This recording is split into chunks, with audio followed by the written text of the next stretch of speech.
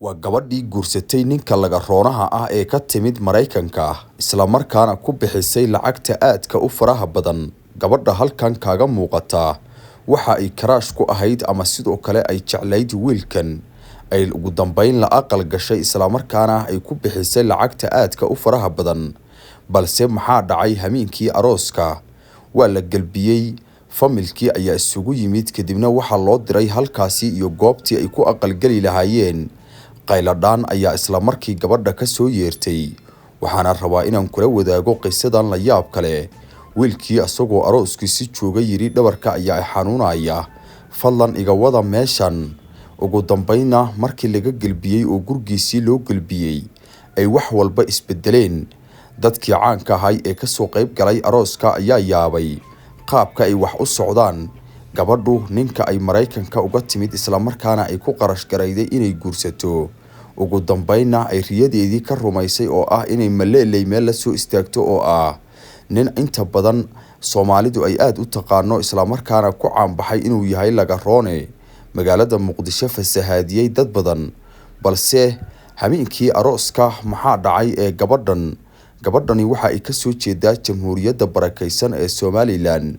Waxa ayna jeclayd wiilkan lagu magacaabo Maleelay ee ag taagan ee isla markaasi hadeertaan la aqal galaya oo ay guursatay isla markaana ay qarashkii adduunka ku bixisay. Waxa ay ka soo boqoshay cariga iyo Mareykanka iyadoo oo karaashkeedii u timid isla markaana la aqal gashay. Ubax iyo sidoo kale faraanti ayay isku galiyeen. Wada sheekaysi dheer kadibna waxa ay isku fahmeen inay isguursadaan. Waxa ayna gabadhu ka timid Mareykanka. Waxa ayna u sheegtay Maleelay inay jeceshahay isla markaana ay doonayso inay guursato. Waa uu ka aqbalay waana uu soo dhaweeyay. Magaalada Nairobi ee dalka Kenya ayayna isugu yimaadeen ugu dambeyn. Balse waxa dhacay wax aysan gabadhu ku farxin isla markaana argagax leh.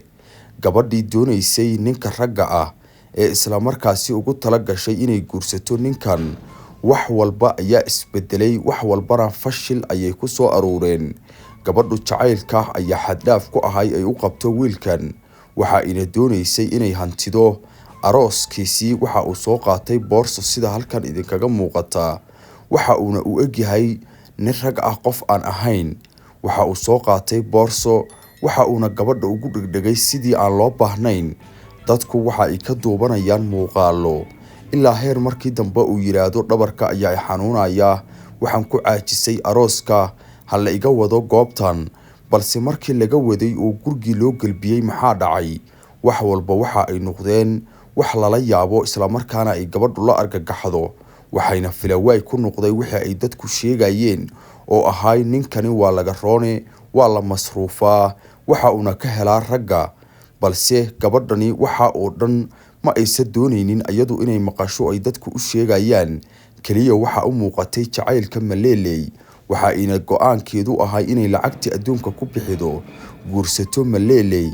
Balse ma aysan doonaynin nin dhabarku ku xanuunayo arooskiisii wato boorso yar ee garabka la soo surto oo ku yaalo iyo koofi inay guursato. Balse asagu waxa uu u sheegay in tani tahay choice-kiisa. سؤال باروي وحسرينا كويديو ماشو مليلي عروسي مليلي واحد مليلي محاكو دقي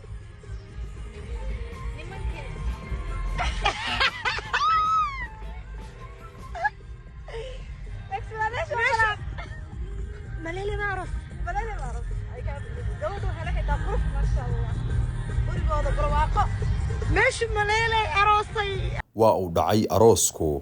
Dadkuna waa ay ka soo qayb galeen xalfadii ay gabadhani dhiganaysay. Maadaama ay qarash badan iyadu bixisay isla markaana ay doonaysay inay wiilkan hantido. Balse wax walba waa ay isbedeli doonaan.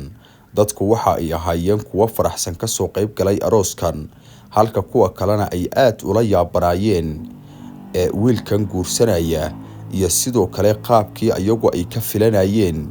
Haddaba farxadda ayay gabadhu ku dhex muujiday meeshan arooska. Balse wax walba waxa ay isbedeli doonaan markii la isla aado guriga. Wax walbana waxa ay dhalanteed isku bedeli doonaan markii sariirta la isla tago.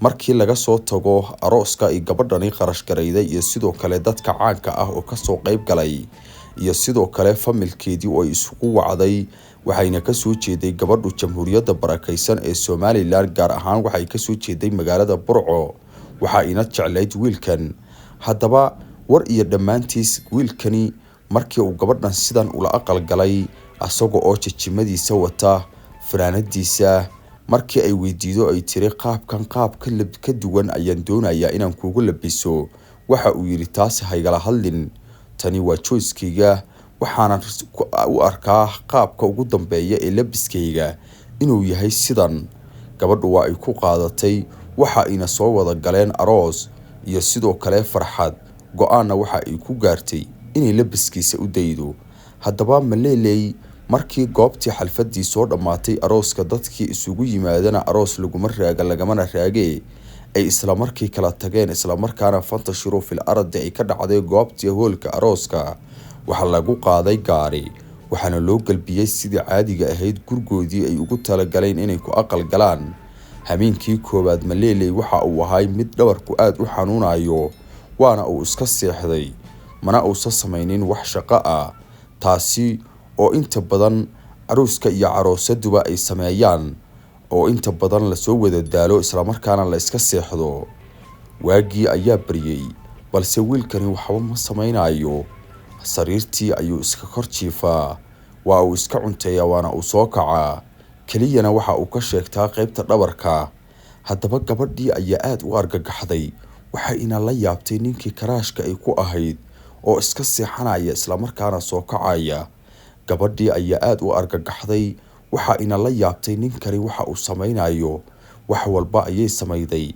sida caadiga ah waa ay juqayday waxa ayna ku tiri maxaan samaynaa balse Malele waa uu kii sii jeestay isla markaana iska indha tiray waxa ay gabadhani u sheegayso haddaba gabadhii ayaa argagaxday oo yaabtay gabi ahaana waxa ay ku fashilantay guurkii ay ku bixday qarashka lacagta badan dadka caanka ah isugu yeertay hoolka weyn ee Nairobi ee qaaliga ah u kireeyday isla markaana qarashkii ugu badan ku bixisay wiilkan balse wax walba waa iska daba wareegeen wax walbana waxa ay noqdeen fashil haddaba haddii aad guursato adigu nin laga roona ah ama sidoo kale gabar aan isku fiicnayn xagga ragga oo xagga dumarka aad ka u jecel wiilow maxaad samayn lahayd habeenkii arooskaaga qarashna ka baxo isla markaana qofkii aad karaashka ku ahayd oo jeclayd oo sidan kugu noqdo adigu maxaad samayn lahayd isku day inaad subscribe saarto channelkan Xodale Media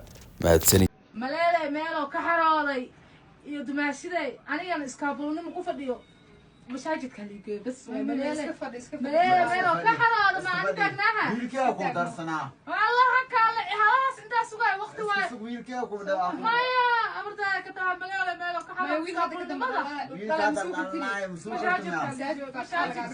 masaajid ka faataxada liiga ما فاتح من صوصك ويلكن بيتمود الشناي الله ما وعدو ولا صدق حتى كحراد انا ورا مركي انه ما يخوف ويلا دلا يسوق جوك على السوق اني ما يلون ولا بلال ودين سالك ما خارك انا